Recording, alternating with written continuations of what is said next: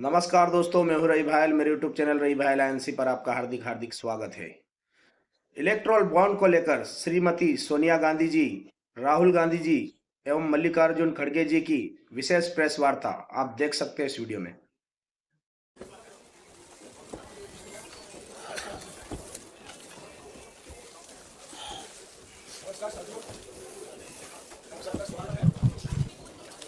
नमस्कार साथियों, आप सबका स्वागत है।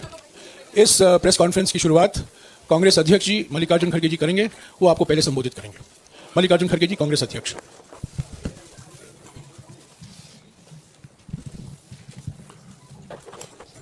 आप सभी को नमस्कार। आज इस प्रेस कॉन्फ्रेंस में हमारे नेता पूर्व अध्यक्ष श्रीमती सोनिया गांधी जी और हमारे पूर्व अध्यक्ष श्री राहुल गांधी जी और मंच पे बैठे हुए हमारे पार्टी के ट्रेजरर, सेक्रेटरीज और दूसरे साथियों, ये विशेष प्रेस कॉन्फ्रेंस है। मैं क्योंकि ये पहली बार हमारे नेता इस चंद इश्यू पे वो कहेंगे और राहुल जी भी अपनी बात आखिरी में रखेंगे। मैं आपका समय 7-8 मिनट लूँगा और बाकी डिटेल्स में कुछ कहना है उसको टेक्निकली हमारे ट्रेजरर आपसे संबोधित करेंगे। दोस्तों, ये तो 18वीं लोकसभा के आम चुनाव की घोषणा तो हो चुकी है। देश का हर एक नागरिक इसमें भाग लेने के लिए उत्सुक है। भारत पूरी दुनिया में अपने लोकतंत्र मूल्यों और आदर्शों के लिए जाना जाता है। किसी भी लोकतंत्र के लिए निष्पक्ष चुनाव अनिवार्य होता है, एसेंशियल होता है। साथ ही ये भी अवश्य होता है कि सभी राजनीतिक दल के लिए लेवल प्लेइंग ग्राउंड यानी समान लेवल प्लेइंग फील्ड हो, सभी के पास समान रूप से संसाधन हो। ये नहीं कि जो सत्ता में है उनका रिसोर्सेस पर मोनोपोली हो, ये नहीं कि उनका मीडिया पर एक अधिकार हो, ये नहीं कि सत्ताधारी दल का संवैधानिक तथा न्यायिक संस्था जैसे आईटी, ईडी, इलेक्शन कमीशन, इन अपने दूसरे ऑटोनमस बॉडीज पर प्रत्यक्ष अथवा परोक्ष नियंत्रण हो। दुर्भाग्य से जो पिछले दिनों में सुप्रीम कोर्ट के हस्तक्षेप के बाद जो इलेक्ट्रल बॉन्ड, चुनावी चंदा बॉन्ड के बारे में जो तथ्य निकलकर सामने आए वो बहुत ही चिंताजनक है, शर्मनाक भी है, क्योंकि इससे हमारे देश के छवि को ठेस पहुंची है। हमारे देश ने पिछले 70 सालों में निष्पक्ष चुनाव और स्वस्थ लोकतंत्र की छवि बनाई थी, उस पर प्रश्न चिन्ह आज उठ गया है। सुप्रीम कोर्ट ने जिस चुनावी चंदा बॉन्ड को इलीगल और अनकॉन्स्टिट्यूशनल कहा, उस स्कीम के तहत मौजूदा सत्ताधारी दल ने हजारों करोड़ रुपए से ज्यादा अपने अकाउंट में भर लिया है और दूसरी तरफ साजिशन मुख्य विपक्षी दल का बैंक अकाउंट फ्रीज कर दिया गया है ताकि हम पैसों के अभाव में बराबरी से चुनाव ना लड़े और ना लड़ पाए। ये सत्ताधारी दल द्वारा एक खतरनाक खेल है। इसके दूरगामी प्रभाव होंगे, क्योंकि अगर डेमोक्रेसी को इस देश में बचाना है तो लेवल प्लेइंग ग्राउंड होना चाहिए। ऐसा भी नहीं होना चंद देशों में चुनाव हो रहे हैं, 99% वोट एक ही आदमी ले रहा है। ऐसा आपको तो मालूम हो गया रिसेंटली किन किन देशों में ऐसा हुआ है। तो ये सत्ताधारी दल द्वारा एक खतरनाक खेल खेला गया है। इसके दूरगामी प्रभाव होंगे, पर यह स्पष्ट है कि इस तरीके से किसी राजनीतिक दल को असहाय बनाकर चुनाव लड़ने में बाधा उत्पन्न कर और फ्री एंड फेयर इलेक्शन कभी नहीं कहा जा सकता। देश की जनता, एक आम नागरिक देख सकता है कि बीजेपी ने चुनावी चंदा बॉन्ड से 56% पैसे हासिल किए हैं। वही कांग्रेस को 11% ही मिले हैं। और ये वो पैसे जो बॉन्ड से बीजेपी ने लिए हैं, इसके अलावा जो कैश में इनके पास आता होगा तो कोई अकाउंट ही नहीं है। आप इनके खर्चे देखिए, हर तरफ इनका एडवर्टाइजमेंट लगा है और एडवर्टाइजमेंट में भी मोनोपोली बना ली है। प्रिंट मीडिया हो, टीवी हो और सोशल मीडिया हो, इनका बहुत डोमिनेशन है।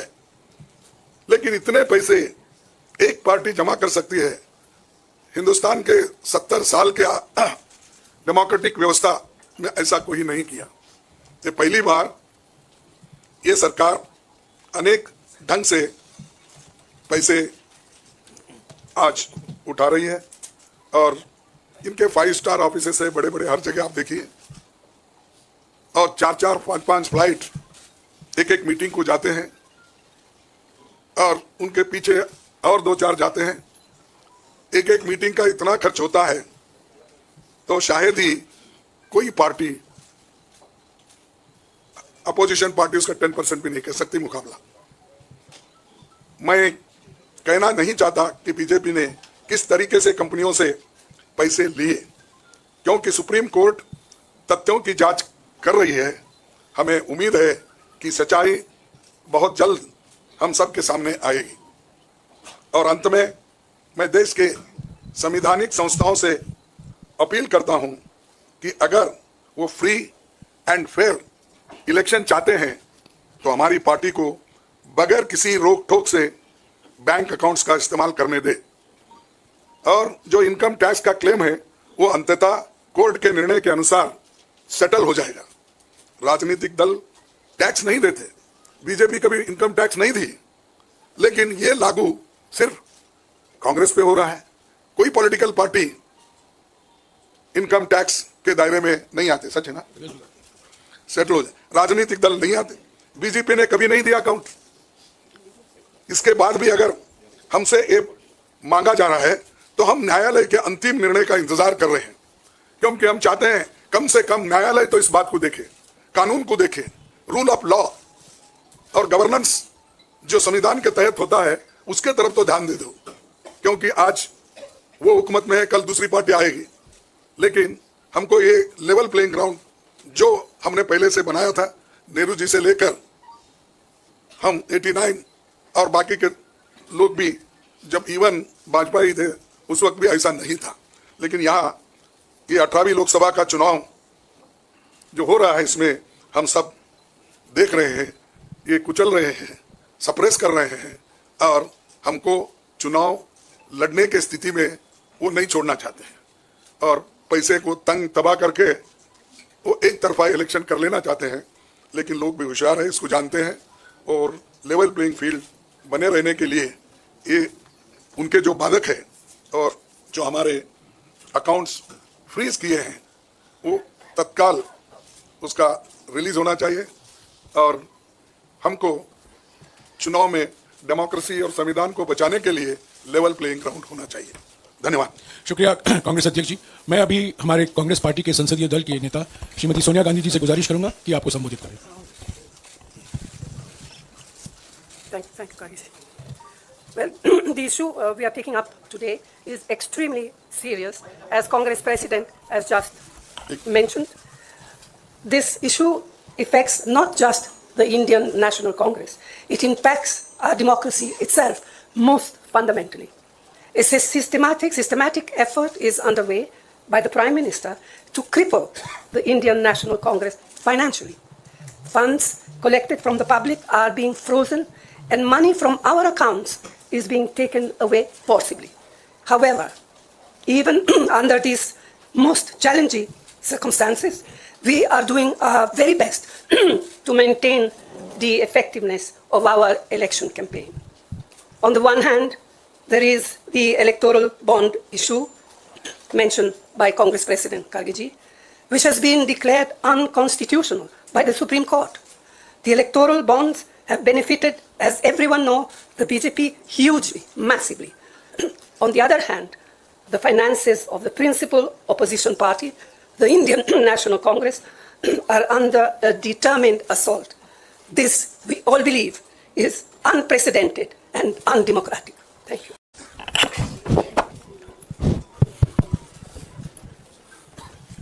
Thank you for coming here this morning.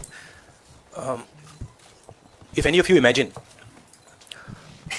anybody in the country imagines what happens when your bank account, your ATM card, your entire financial identity is erased, right? You can imagine if it is done to a family, the family will starve to death. If it is done to a business, the business will be crippled, right? This is what has been done to the Congress party 1 month back. All our bank accounts have been frozen. We can do no campaign work. We cannot support our workers. We cannot support our candidates.